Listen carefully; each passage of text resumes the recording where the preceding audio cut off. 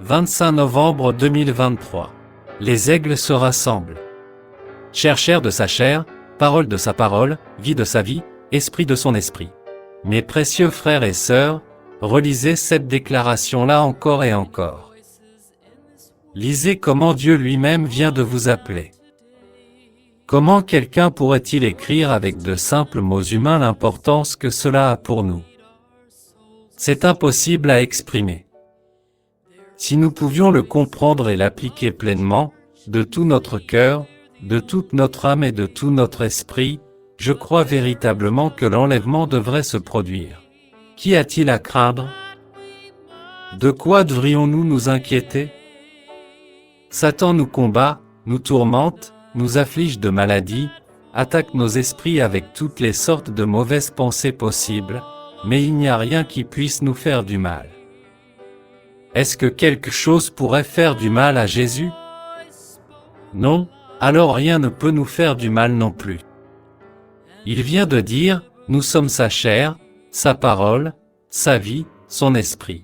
Quelle joie et quelle satisfaction nous avons dans notre cœur quand nous méditons sur ce qu'il nous a dit. Les révélations que Dieu nous a révélées, cargaison sur bande, après cargaison sur bande, après cargaison sur bande. Le Saint-Esprit bouillonne au-dedans de nous comme un grand puits artésien. Nous avons été prédestinés à le voir et à l'entendre.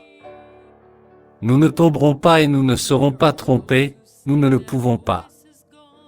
Nous sommes en route pour rencontrer notre chef, notre Rédempteur, notre mari, notre roi, notre Seigneur, notre amoureux, notre Sauveur, dans le lieu de rencontre prévu.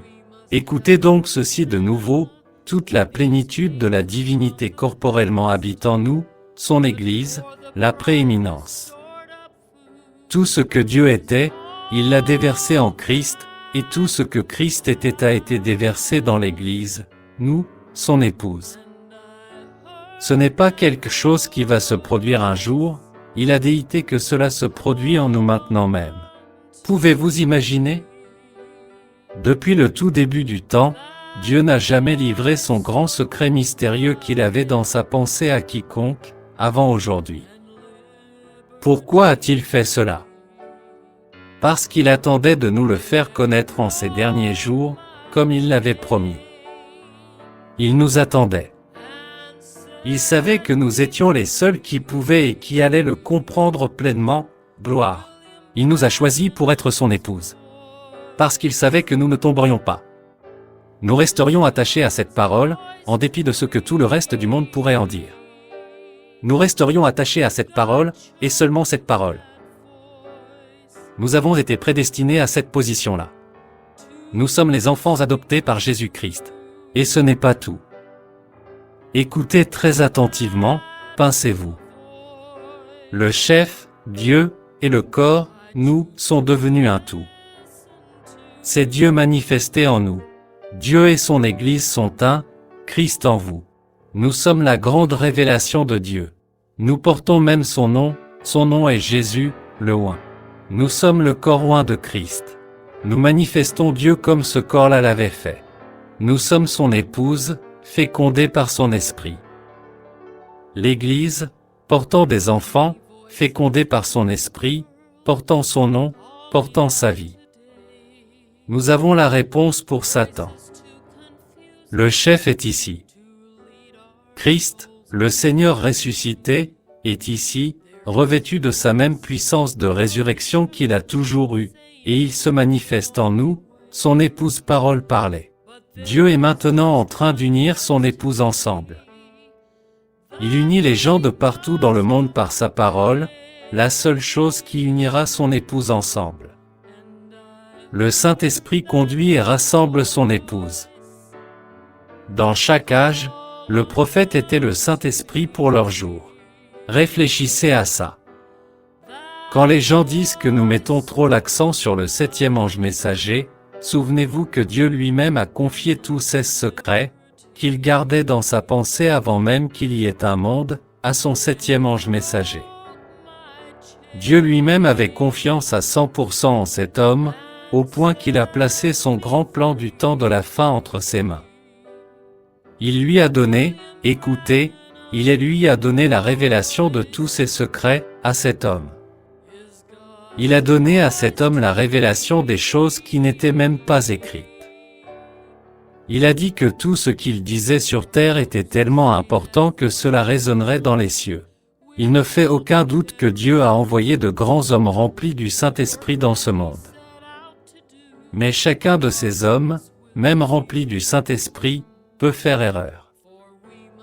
Dieu n'a jamais confirmé ce qu'ils disent comme étant l'ainsi dit le Seigneur, ni d'en croire chaque parole.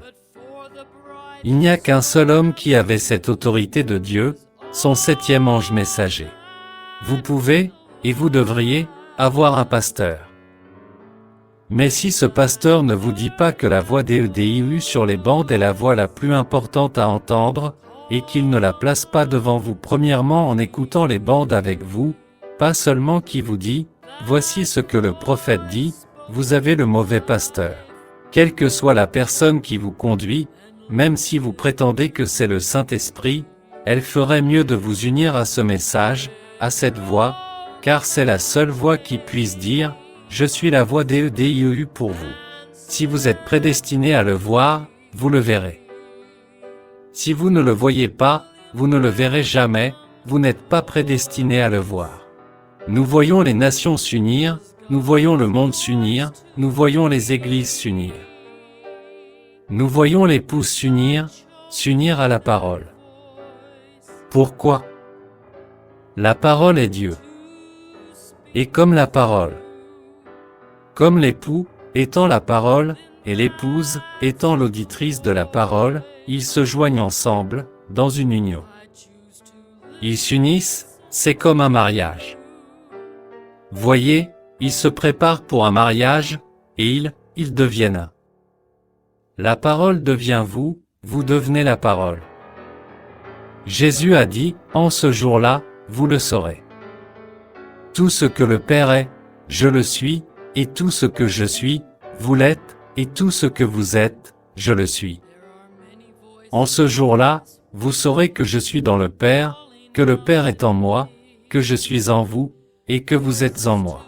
Je vous invite à venir vous unir à nous autour de la voix de Dieu ce dimanche, à midi, heure de Jeffersonville, alors que nous écouterons le temps de l'union et son signe 63-0818.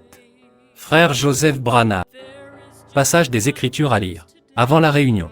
Psaume chapitre 86 versets 1 à 11. Matthieu chapitre 16 versets 1 à 3.